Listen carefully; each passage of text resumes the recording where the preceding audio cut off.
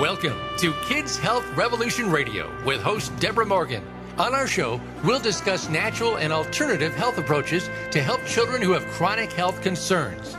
You'll hear from professional health experts and fellow parents who have used these proven methods to improve the health of their children, and you can too. Now, here's Deborah Morgan.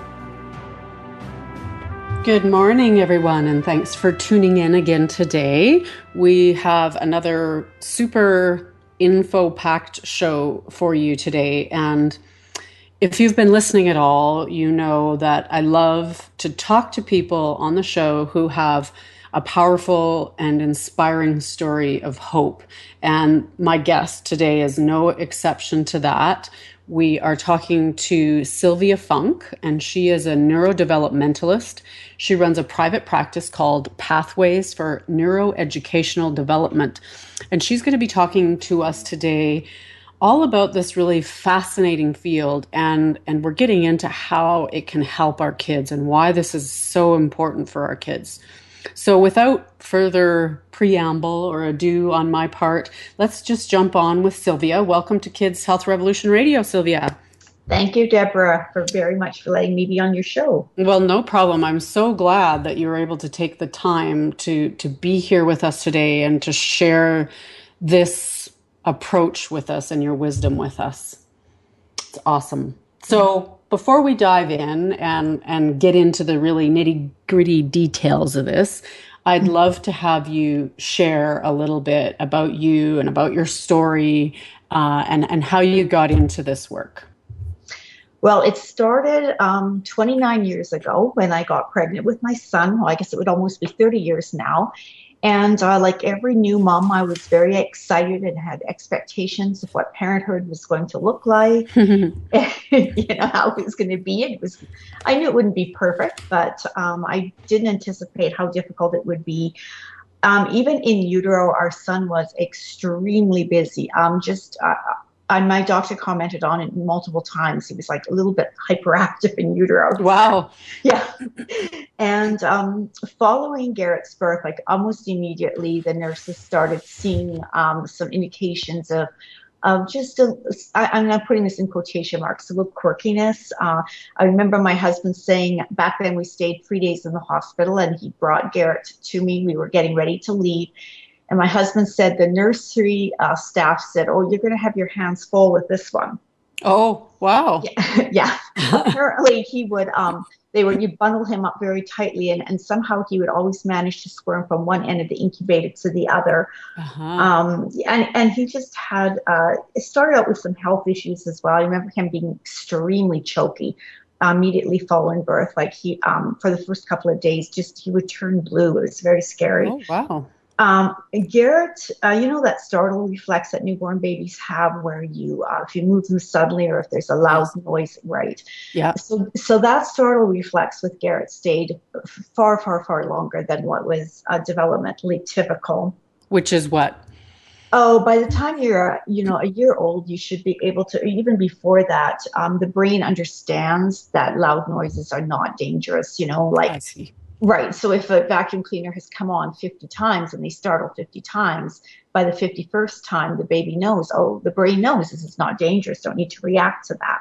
Uh-huh. And Garrett was not that way. Even to sudden movements, he was very difficult to nurse because just changing sides, that movement would cause him to just flail and react in a startle response. Mm-hmm. He was very intense, difficulty sleeping, again, lots of health issues, all chronic tonsillitis, strep infections that turned into scarlet fever. He was just always sick and on tons of antibiotics from a very, very early age. By the time he was in kindergarten, our kindergarten teacher said he's so massively distractible in the classroom, like he's like just not getting any information. And throughout his school years, we basically were homeschooling him because he would come home not having gotten anything done at school. Mm-hmm. He was a very well-behaved boy, but just very, very, very distractible, behind in his social skills. Gross motor and fine motor development were massively delayed. we had him seen by multiple specialists in various fields, and depending on who saw him, we would get a different diagnosis. So he had everything from severe ADHD to bilateral integration disorder, learning disabilities, a generalized anxiety disorder. Later, it was autism. Wow. All over the map. My goodness. It was all over the map. And he was in grade 7 is when things really fell apart for him. He was becoming very angry, lots of stress. He would be throwing up before he went to school in the mornings. Oh. He was just not doing well, and nobody really knew why. Nobody could give us an answer. Like, I would go into the doctor's office and say, okay, so why is he so unfocused in the classroom? Well, because he has ADHD. And I would like, but I know, but why? Like, tell me why. Somehow in the back of my head, I figured if I could figure out why, maybe I could do something to fix it. Right on. So yeah, already back then, that neurodevelopmental gem was already starting to blossom. It was in you, yeah. For some reason. And as I said, things really fell apart for Garrett in grade 7. And I went to a friend of mine who was using now we lived in a very, very small rural town in Saskatchewan. So it was homeschooling your child and doing an outside therapy was considered a little bit unusual. A bit strange, yes. Very strange, yes. But I went to her because I was so desperate. And basically, I just wanted a shoulder to cry on. Oh. And she said, no. She says, here's a card. You need to phone this person and set up an appointment for your son. And so I did. We had like tiny little bit of hope left. And, people were telling us, no, just let the professionals in the school and the medical system handle this. And I already felt like, well, nothing's working. We need to figure something else out. Yeah. I've tried that. I felt like there was nothing left to lose. Garrett was already on the maximum dose of Ritalin that a 12-year-old could be on. So we went and had our appointment, got to meet some awesome families that were there having their appointments. And after Garrett was evaluated, my husband and I went in to see Cindy, our evaluator. And the first question I asked was, well, so why is he so distractible? And I was waiting for the classic, well, because he has ADHD. Mm-hmm. But rather, I got some very interesting responses. Things like, well, his brain cannot distinguish between background and foreground. So he's always paying attention to all the little noises going on around him. He has a very developed peripheral vision, which means he's very distracted to things that are visually that are going on around him, but he has a very poor ability to attend to what's in front of him visually. Something called sequential auditory processing, which is the immediate recall of information that we just heard. So basically following directions, right? Verbal directions. Right. Mm-hmm. But it also gives you age-appropriate ability to focus and concentrate, because it's like the brain's ability to kind of think and rationalize in an appropriate manner. His was very delayed. So he was like a much younger child trying to maintain focus in a grade 7 classroom. Environment, right. So this was a much different answer than you'd been getting. Oh my gosh, yes. And then there was tactile issues. His skin was super sensitive, and he was bringing in too much olfactory or smells. Just all kinds of stuff going on. And then Cindy said, okay, and now comes the big stuff. Now we need to now I'm going to tell you what to do to make things better for Garrett. So these are not all, so that, he's not having all these distractions, and that he can focus better and just everything can get better for him. Mm-hmm. And the biggest thing I think for Garrett, our concern at that time, was this huge amount of anxiety that he had. Yes. And lack of self-esteem, because everything that he did was so difficult for him. Mm-hmm. We actually eventually just pulled him out of school because he wasn't learning anything anyway because of his inability to focus. Mm-hmm. And we just felt doing program at home with him would be just easier. And we wanted to take him out of that stressful situation. Of course. Mm-hmm. And now he had been on Ritalin.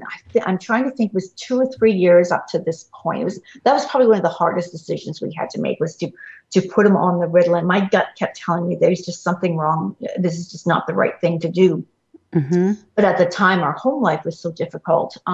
You had to do something. You had to do something, and we didn't know what else to do.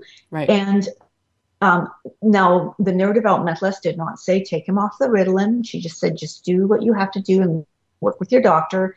And then after the course of some months, we came to realize that Garrett was actually focusing better and just doing better when the Ritalin was out of his system in the evening.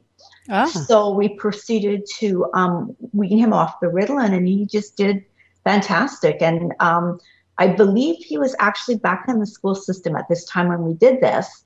Mm-hmm. And I never mentioned to the teachers that we took him off the Ritalin, and any other time we would, as soon as, if I forgot to give him the Ritalin, we get a phone call. Oh, really? Come quick, give it to him.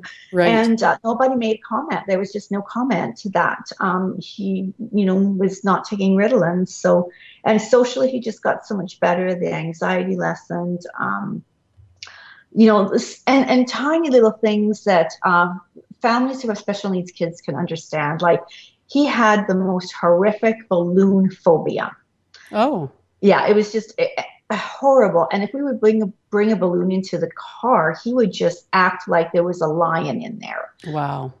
It was like a fight or flight. That's how and the neurodevelopmentalist explained to me that for some kids, especially the kids that are what we call on the sensory spectrum, meaning like ADD, ADHD, all the way up to autism, sometimes the brain misinterprets certain sounds and it misinterprets it as being painful or dangerous. And that's what happened with the balloon popping, right? Right. So it wasn't actually the balloon. It was the fact that it could pop. And so he was very terrified of that. Mm-hmm. And I remember the first time I was teaching a youth program, and without even thinking, I had brought all these balloons into the class and blown them all up. And I was preparing lunch for the kids, and they wanted to know if they could pop the balloons. And I said, well, sure. I didn't want to bring like 100 balloons home in the car. Right. And then all of a sudden I thought, oh, shoot, Garrett's out there. And I went out there and he was popping balloons with them. Wow. Just little things like that. Yeah. Yeah, I was terribly afraid of, up until about 18 months old, he loved the water slide. 18 months, 2 years, loved the water slide.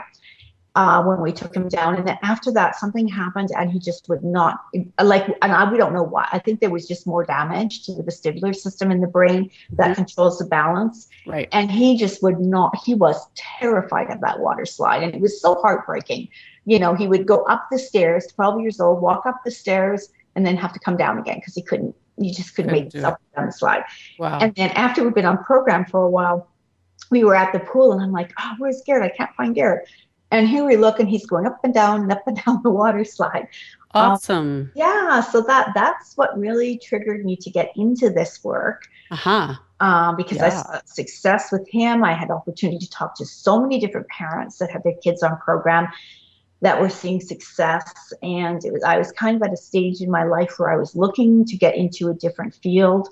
And this just seemed like the right thing to do. There was just it just seemed like there was such a need. There was such a void there for families with special needs kids, and I wanted to do what I could to help them. Awesome. Definitely. And such a, I think the story is powerful because this wasn't something that you studied and thought this is really cool and it really works and it's amazing, but you lived it, you walked this path yourself and you've seen, a firsthand account of what's possible. And that fired this passion in you to go in and help other parents to be able to help their children. And I think that's amazing. Well, and it helps so much when we're working with our families because, the empathy that we have, it's different than sympathy. Like we understand, like every situation is different and unique, but we get, when the mom and dad's parents are so desperate, when they're so worn out, when they're so overwhelmed, like we understand that because we've been there ourselves. I actually use this program with my grandson. He's 5 years old now, and I did an infant stimulation program with him very consistently for the first year of life. And I really do believe that has made a huge difference now that he just turned 5 at the end of March, and kind of a grandma bragging here, but he's got the most amazing gross motor skills. Like, that boy can run and jump and just kick a ball. And He's so athletic, and I don't know where he got that. That's not genetic in our family, that's for sure. And he's very excellent fine motor skills, very, very bright little boy. He's doing, and we didn't like push him. He kind of gravitated towards like doing math. He loves doing math. Right. And my colleague tested him a few months ago when she was here, and she said, "You know, he's doing grade 2 math already."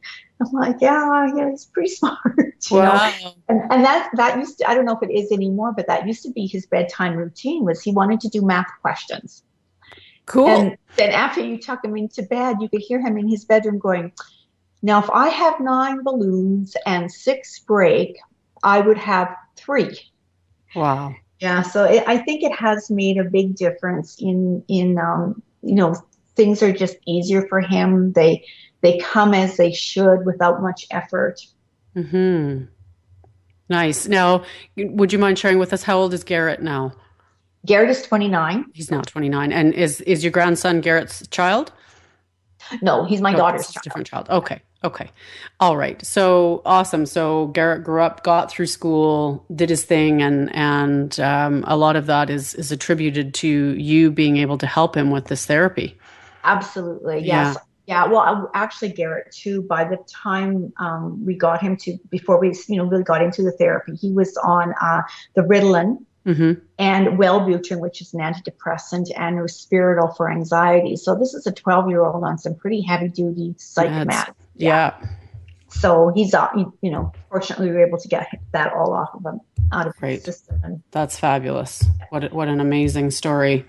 Thank you for sharing that with us, Sylvia. And I hope that my parents that are listening with kids who have special needs can find some hope and some inspiration in that story. That's what, us sharing our successes with other people is all about, and spreading this word, and that there is possibility and there is hope. Absolutely. Yeah. So we have to take a short little break. And when we get back, we're going to dive into the nitty gritty with Sylvia and find out all about this fascinating field and how it can help your kids, and what a visit with a neurodevelopmentalist like Sylvia would feel and look like, and all of those great things. So stay tuned. We'll be back in just a couple of minutes. Your life, your health, your network. You're listening to Voice America Health and Wellness. Do you have a child with chronic illness, autoimmune condition, or mental health issue? In just 7 weeks, you can start improving your child's health naturally.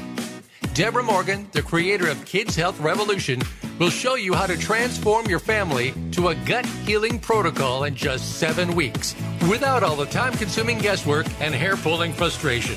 All it takes is one small change each week to get there.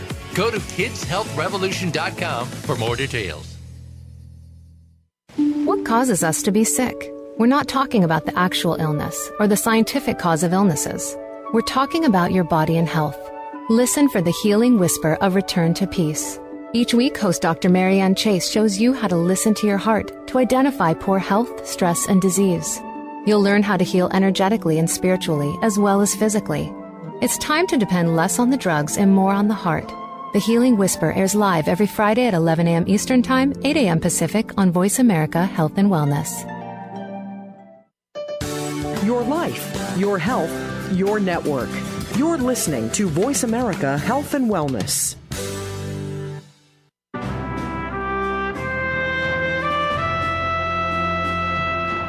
This is Kids Health Revolution Radio with Deborah Morgan. To reach the program today, please call 1-866-472-5792. That's 1-866-472-5792. Or send an email to Deborah@DeborahMorganConsulting.com. Now, back to Kids Health Revolution Radio. Welcome back. You're here with Deborah Morgan and Sylvia Funk, and we are talking about neurodevelopmental therapy for our kids. And just before the break, we talked a little bit about Sylvia's story, and now we're going to dive into some of the details. I do want to just mention, if you have questions, if you're listening and you have questions for Sylvia, she is more than happy to answer questions on the show. So you can certainly use those numbers you heard at the break to call in or send an email, and we will make sure that we get to your question. So Sylvia, maybe before we get into specifics about this type of therapy, I know that I get questions sometimes about this idea of neuroplasticity. Mm-hmm. So maybe you explain to us a little bit about what does that mean exactly, and why is it good news for our kids? Neuroplasticity, in a nutshell, is the brain's ability to be restructured or changed. Specifically, if you can do targeted input with the right frequency, intensity, and duration. And I think we've all heard stories about someone who has had a traumatic brain injury and has just made, for whatever reason, they've been told nothing good is going to happen. This person's in a vegetative state. And then all of a sudden, some years later or months later, they come out of it. Mm-hmm. And that in itself is partially neuroplasticity. Now, it used to be believed that neuroplasticity stopped by the time a child was like 11 and then 7 years old, so kind of moved back, or no, 7. After 7, there was no such thing as neuroplasticity anymore. Then it was like after 11, neuroplasticity stopped, so the brain couldn't be changed. We know now, medical people know now, that neuroplasticity exists pretty much until you stop breathing. So that's exciting. Fantastic. That's great news, because it means that you can go in at any point in a person's life and do, with very specific input, change their function for the better. And I do want to say that, we're not making claims that we can cure autism or Down syndrome or genetic anomalies, or, make a traumatic brain injury totally disappear. Our goal is to improve function, to get the potential as high as we can, not to accept the limits, and teach the parents how to be, or caregivers how to be, the therapists for their child. Okay, awesome. So this is about, I think people often relate to, in the newspapers for quite some time, there was a lot of stories around stroke victims who, mm-hmm. You said traumatic brain injury. So, who had lost a particular ability. So the ability to move the one side of their body, and through particular therapies, their brains were able to sort of restructure, as you say, rewire. I often say, I don't know if that's accurate. That's accurate. Is it? Okay. Correct, yeah. So that they built sort of new pathways, and made new connections in there, and different parts of the brain took over those activities, and they were able to regain function of that part of their body. And is that what we're talking about here with our kids as well? Well, with the big traumatic brain injuries, absolutely. With the kiddos that have like autism or learning disabilities, stuff like that, it's more just kind of building up the area. So it's like that certain areas are not efficient. So you need to go in and provide more targeted input to that specific area to get it to grow neural connections. Uh-huh. So basically, what our program is doing is we have what we call the developmental profile, which takes a child from birth until about 6 or 7 years of age. And it looks at all the input channels. So how the visual center, auditory center, and tactile center, which is how you feel with your skin. And we include in there smell, taste, temperature awareness. And then the output channels, which is your fine motor, your gross motor, and your expressive language or speech. There are very specific neurological milestones that need to occur from birth until about 6 years of age. Organization the brain needs to do. And each milestone or neurological thing that we're looking at represents a very specific part of the brain. And a really good example is, newborn babies do feel pain, mm-hmm. but their brain is so disorganized that even if they could move their arm or hand and point, the brain does not understand where the source of the pain is coming from. And we actually work with kids with autism who are like 12, 14 years old. It's the same for them. They just know they hurt, but they don't know where. So a newborn baby does feel pain, but it's a very disorganized type of deep pressure awareness. Uh-huh. As the brain brings in stimulation from the environment. So he's being handled, he's been moving around, he himself is moving around, doing lots of like, thrashing and stuff like what little babies do. Maybe his big brother comes and pinches his toe. Not that we want to write that on program, but he's getting lots of tactile experience. And that particular part of the brain that's responsible for the deep pressure awareness grows millions and millions of connections between the brain cells. Like we're born with all the brain cells we'll ever need, or more or less. Mm-hmm. However, other than at the very lowest level of the brain, there is no connections between the brain cells. So there's no way for the brain cells to communicate and do what they need to do. So that's what the environmental stimulation does. It actually grows all these millions and millions and millions of connections between all these brain cells, and for these neurological pieces in very specific parts of the brain. So a newborn child goes from having very disorganized deep pressure and pain perception to, by the time they're like 2 or 3, they're pointing to exactly the side of the finger that got hurt. No, Mom, you kissed the wrong finger. It's right. This. Yeah.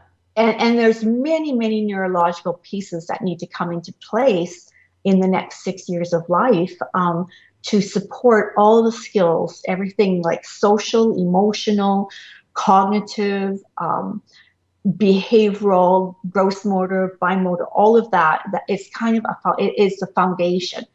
And for a lot of kids, the environment for some reason doesn't provide enough stimulation. Not the parent's fault. It's just there's something with that child that requires more stimulation. And that's where you might have a child that has like a very, very high pain tolerance. And that plays into things like they maybe end up being bedwetters, they play way too rough, they have really poor fine motor control, really poor gross motor control, because the brain has a very poor idea of where the whole body is and controlling all the limbs and being able to do all those activities. Okay.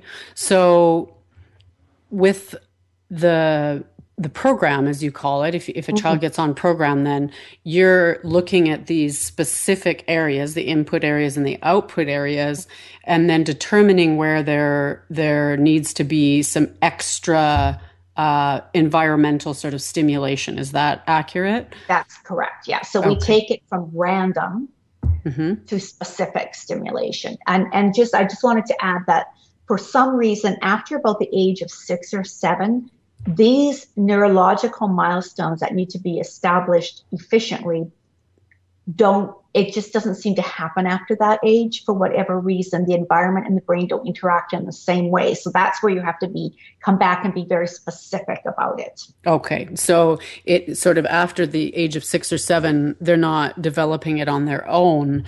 And that's where we have to come in and intervene with a therapy or a program where we're specific about the types of stimulation they're getting. Correct. Yeah. Okay, good. Okay, Sylvia, maybe you can tell us what kind of training do you undergo to become a neurodevelopmentalist? It is a very multi-level training process, and it's a very lengthy training process. I bet. It starts with work. You have to actually work alongside an apprentice with a fully certified neurodevelopmentalist, and it takes anywhere between 5+ years to be fully certified. And you are monitored very closely. I belong to the ICANN group.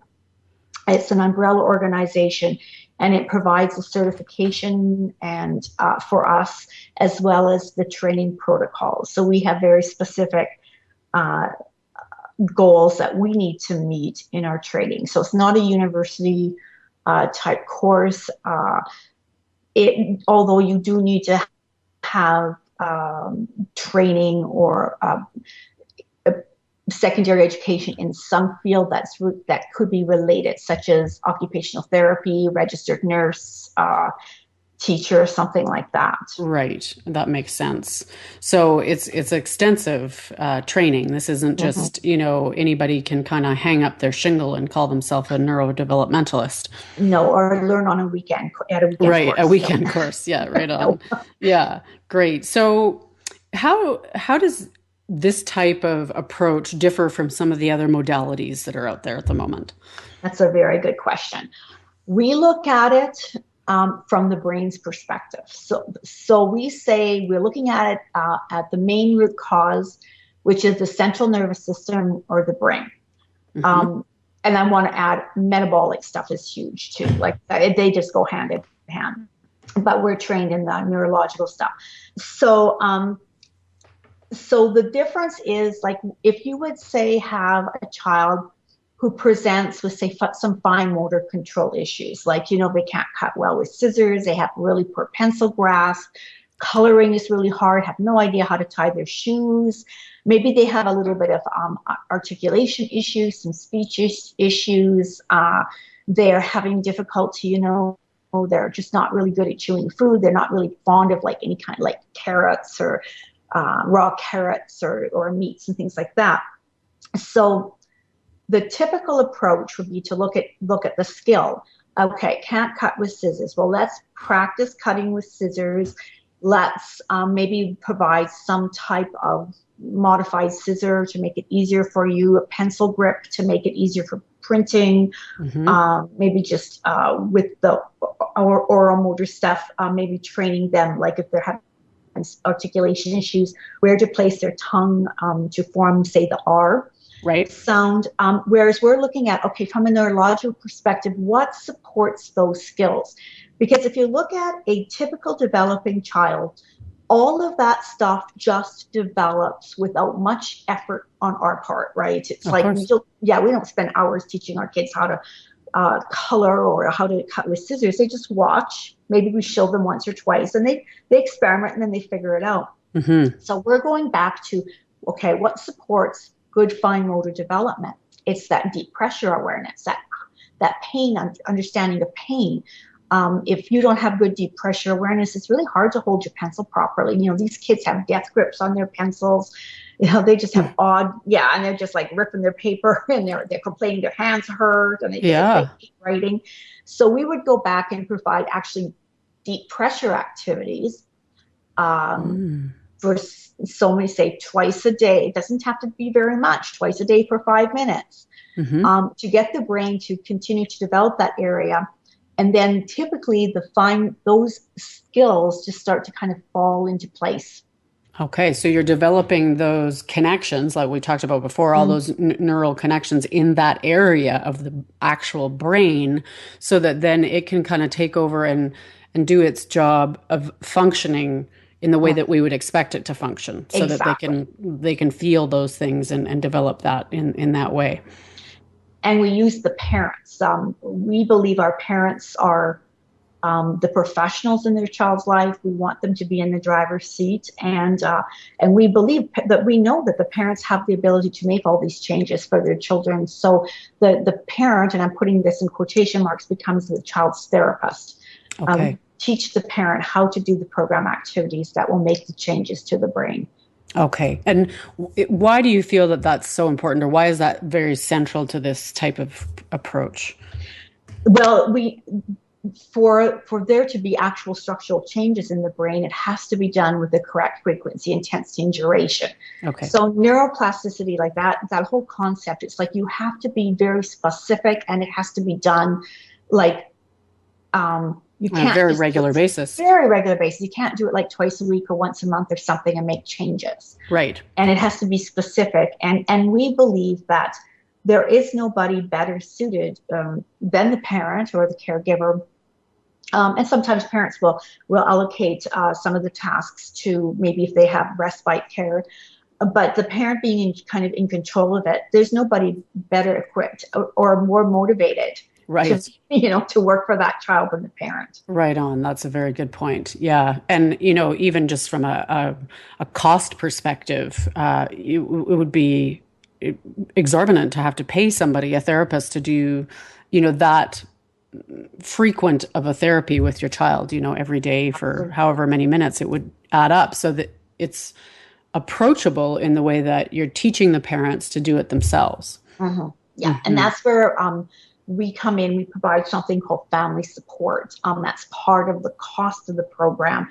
And so we make ourselves available. I always tell my clients, email me, and then if we need to phone and chat, we'll set up a time that works. But just ask questions. Like I never get frustrated with parents that, especially at the beginning, that ask, will email me maybe several times a day, and they'll apologize. And I tell them, please do not apologize for asking questions. Please don't apologize for saying, I'm having trouble, my child's not complying, or this one's not working. We want to make this work. Yeah, right. Yeah, and that's wonderful that you're available to help support them through that part, because, I mean, I can imagine if they didn't have that support, it'd be pretty easy to just give up on it. Absolutely, yeah. And some of the children, too, there's a compliance issue. And you need to help the parent to figure out how to work through that in a good, supportive way for the child, because most kids really do want, especially the higher functioning kids, they know that they're not functioning like their peers, and they're frustrated, and they want to change and be better. Do have things be easier for them. Mm-hmm. So it's not only assigning the specific sort of activities that they're going to do for their program, but also finding a way that they can make that work for their child with, to kind of break down some of that resistance. Right. And I always tell parents, okay, think about, having to clean the toilet. Do you like cleaning the toilet? Maybe some, not very many do. And I say, for me, I try to think, okay, I'm going to go clean the toilet, and then I'm going to go have myself a cup of coffee, or I'm going to go for a walk, or I'm going to, do something pleasant. Mm-hmm. So, and I say, this is lots of work for your child. So try and break the program up, and then have, rewards. And I know some people get a little bit hung up that we shouldn't be rewarding kids.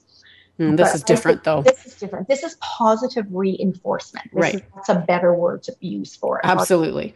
Yeah. Yeah, that's perfect. So we are, again, time goes by so quickly when I'm talking to people on the show and we're getting into these really interesting things, but we do have to take another short little break. So run to the bathroom if you need to, so you don't miss anything, or grab yourself a cup of tea. And when we come back, we will talk a little bit more about the wonderful world of neurodevelopmental therapy. Opinions, options, answers. You're listening to Voice America Health and Wellness. Do you have a child with chronic illness, autoimmune condition, or mental health issue? In just 7 weeks, you can start improving your child's health naturally. Deborah Morgan, the creator of Kids Health Revolution, will show you how to transform your family to a gut healing protocol in just 7 weeks, without all the time-consuming guesswork and hair-pulling frustration. All it takes is one small change each week to get there. Go to kidshealthrevolution.com for more details. Can grief be good for you? Absolutely. It gets your attention, helping you evaluate your choices and relationships. Your losses define who you are. Tune in each week for Good Grief with host Cheryl Jones. Our show features those who have made incredible transformations by grieving their losses. You'll learn how to find your courage and strength. You'll discover the important things in your life and how to let go of things that are less important. Good Grief airs live Wednesdays at 2 p.m. Pacific Time, 5 p.m. Eastern on Voice America Health and Wellness. Opinions, options, answers. You're listening to Voice America Health and Wellness.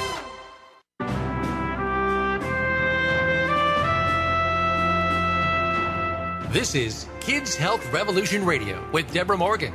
To reach the program today, please call 1-866-472-5792. That's 1-866-472-5792. Or send an email to Deborah@DeborahMorganConsulting.com. Now, back to Kids Health Revolution Radio. Hello again. Welcome back. You're here with Deborah Morgan, and we are talking with Sylvia Funk today about neurodevelopmental therapy for our kids. And just before the break, we finished off talking just a little bit of the details about what neurodevelopmental therapy is and how that looks and what they look at. And now I think what I'd like to do is just refer back to something that you said a little earlier in the show, Sylvia. You referred to the metabolic issues and this type of program going hand in hand. Could you tell us a little bit more about what you mean with that? Metabolic is a very broad term. So we're looking at anything from what the child eats, how the child absorbs nutrients, how the child gets rid of toxins out of the body, how the body changes, like say folic acid, which is a synthetic component, to folate, which is what the body's able to use. It's very, very, very complex, right? And a number of years ago, we did not really, metabolic was really not talked about, not understood. We would just do our neurodevelopmental work and we would see good gains. And then all of a sudden it seemed like we would hit a wall, right? Or things would start to slow down. And it wasn't until we start looking at the whole metabolic piece and having people look at that we really, then things really started to move along quickly. Like it's just, if you're a child, the brain requires, Deborah, you might know, what is it, 35% of our nutritional intake every day? Or yes, yeah. It's a huge amount. Now, and even kids that are eating, if you're feeding them the right foods and stuff, there might be an absorption problem. They're not getting the nutrients that the body needs. Exactly. With my son, his gut was a mess because of all the antibiotics that he took. So, it messed with the whole gut flora. So getting these kids on the right diets, the GAPS diet is a really good one. It's actually a diet that actually heals the body, heals the gut, all kinds of stuff. Just making sure, be very specific with supplements and things like that. We're not metabolic experts. We're not trained in that. So we will suggest that they, investigate certain routes. And we have people that we work with that we love, who are really good at what they do, and then they know what they do. And so we'll say, maybe go and chat with this person and see what you think. Yeah. So you refer them on to the other experts in the field so that they can bring those two pieces together, right? Absolutely. Yeah. And then, and every once in a while we'll have a kiddo that is just so complex that sometimes what it is you have to try something just to see that it doesn't work. Well, okay, then at least, we know that's not an issue. So it can be, if a child has like heavy metal toxicity, parasites, like it can be, or if there's genetic stuff going on that we're not aware of. Right. Yeah. It's so multifaceted and I'm glad that you bring that up, because that's what this show is all about is bringing people information on these different areas. And we've done shows before on some of those metabolic issues. And, I've done a show where I talked about the diet piece and the detoxification piece and, and then bringing in the therapies that directly help support the brain. But I love that you're also saying it's not about doing, necessarily just one thing, but it's about this sort of broad approach and helping the body and the systems of the body all together. And then that's when we really start to see phenomenal results. Absolutely. Well, and some of that, like some of the sensory stuff, like the kids that are really sensitive to noises, or, especially the kids on the autism spectrum where they bring in so much sensory information, just changing up their diet and get the metabolic piece better will often lower some of those sensitivities for them and makes their life, makes them more comfortable in their bodies. Right on. And just one thing I want to add that, so if a child has metabolic issues, like say with my son, right, probably from the get-go for him, even if we say get all that cleared up when he's 12, the neurodevelopmental stuff, you still need to go back and input it because and catch up. Yeah, catch up because you've lost that window of opportunity. Right. Exactly. So one thing isn't going to be the the be all and end all. It's this combination of putting the pieces together, right? And that you have to address all of these different pieces of the puzzle in order to get your child, where they can be and at their true potential. Yeah, at their optimum. Yeah. So right. We want people to have more opportunity. Yeah. And it's interesting, when I do workshops, I do go through briefly each of the levels of development and kind of some of the main milestones that you would see, and some of the symptoms or signs that you would see that correlate with that. And it's amazing. You can just look out in the audience and see parents going, yeah, like that's my son, or, things like, kids that are constantly picking at their skin or fussy about how they wear clothes, or just all these things. It's amazing to see, parents really as they start understanding what's their child in a on. much better, and that a lot of what they're seeing may not be behavior. It might be neurological. Mm-hmm. They're not just being difficult because the tag on their shirt is bothering them, right? There's something else going on.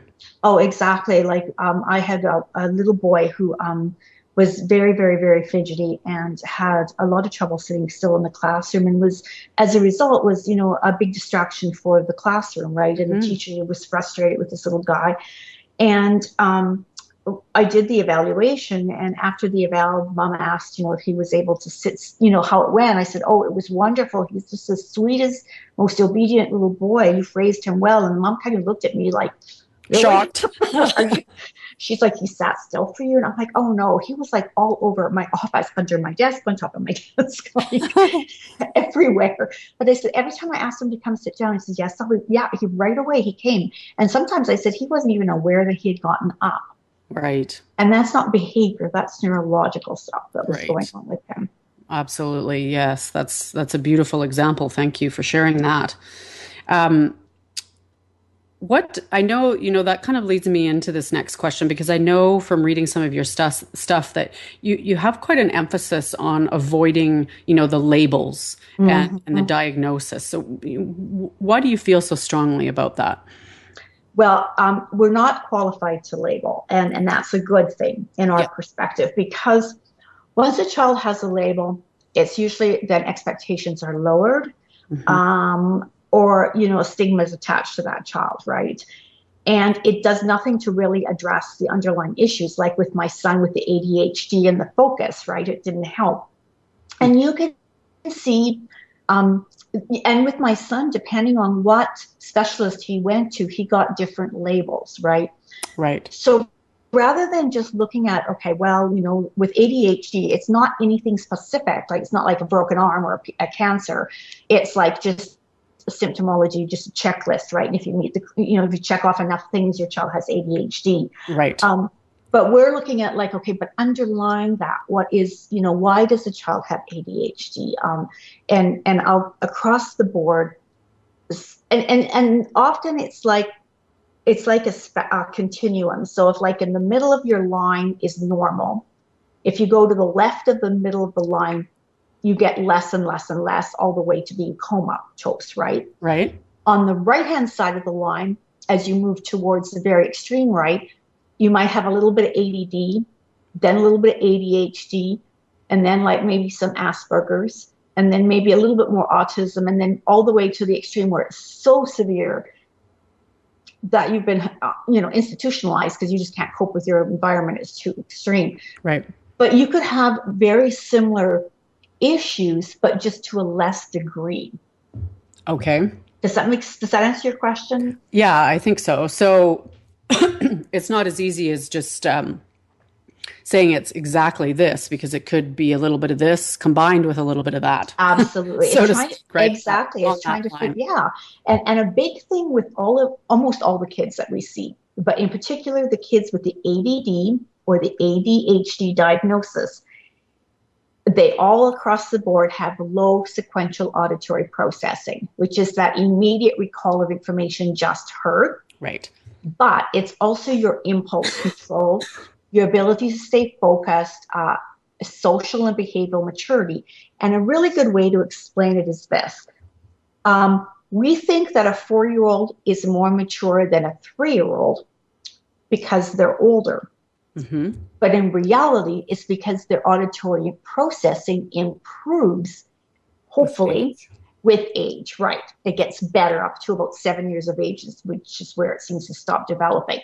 And that's what gives you your social maturity and your impulse control and your ability to stay focused.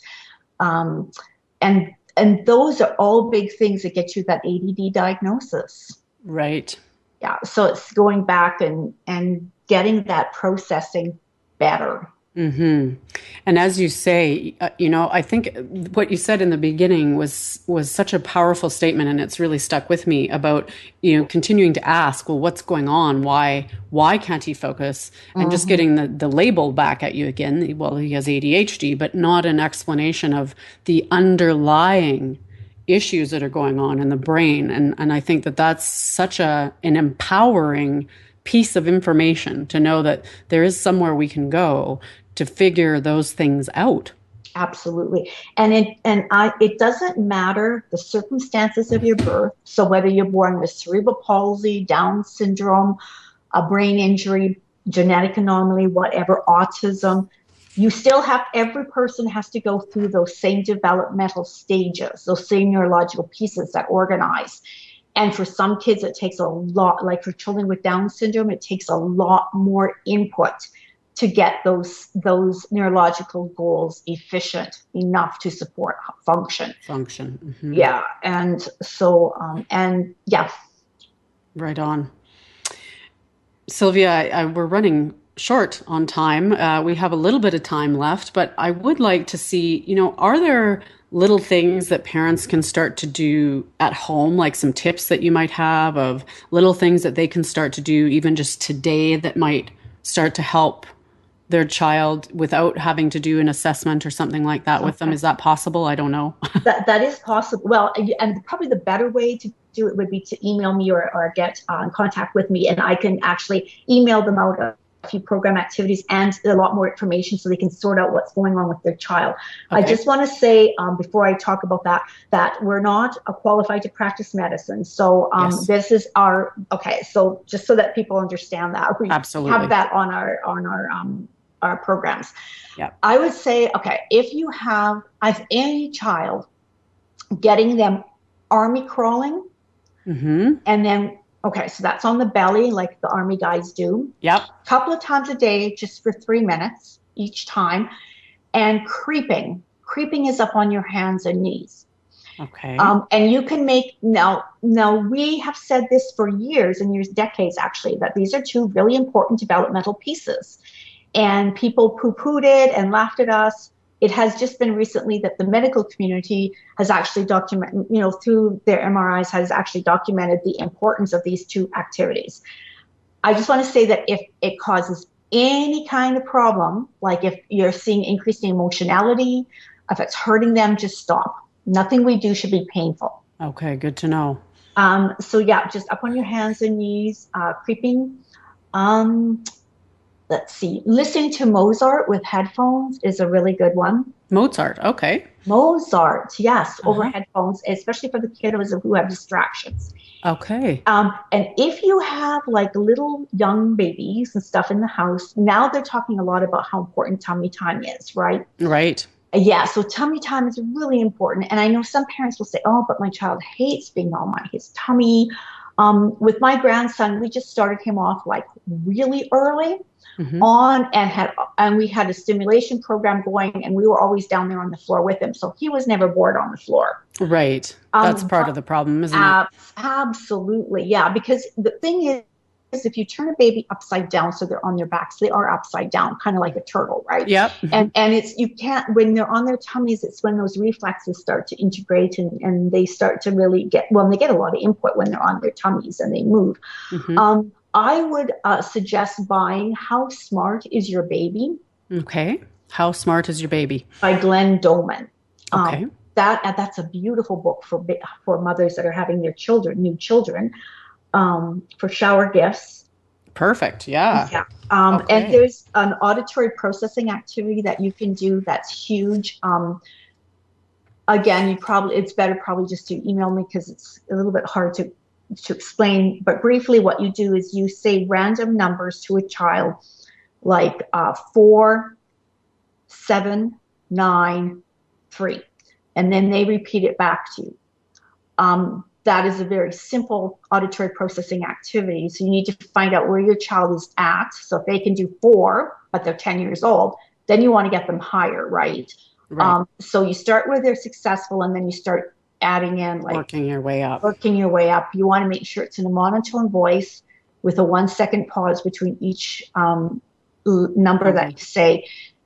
The positive reinforcement, the excitement comes when the child gets it correct, especially if it's a higher one. You get super excited. Throw them a little party. Yeah. Log rolls are good. Do you know, when you're on the floor, laying on the floor, you put your hands to your side and you just roll 3 times in one direction, stop, 3 times in another direction, stop, for a couple of minutes. If it causes any nausea or dizziness, just stop. Don't do it. Okay. So trampolines. What I'm hearing is they're pretty simple activities too, right? They're not complex activities, and so parents can get a picture of what a program would look like. Those are great tips, and unfortunately we are smack out of time, but Sylvia did extend the offer that if you would like a little bit more detail on this, to email her. So Sylvia, can you give us your email address? It's Sylvia, and then the @ pathways-nd.com. Perfect. And if you missed that, you can certainly, you have access to my email from the Voice America page. Just pop me an email or pop me a note on our Facebook page, and I will make sure that you get connected with Sylvia. And all of her information is on the Voice America page if you would like to get a hold of her. She does appointments here locally in Alberta, and she also is available to do Skype appointments if you have no other options for your child. So thank you so much, Sylvia, for being here with us today and all this fabulous information. And thank you to the listeners. Thank you.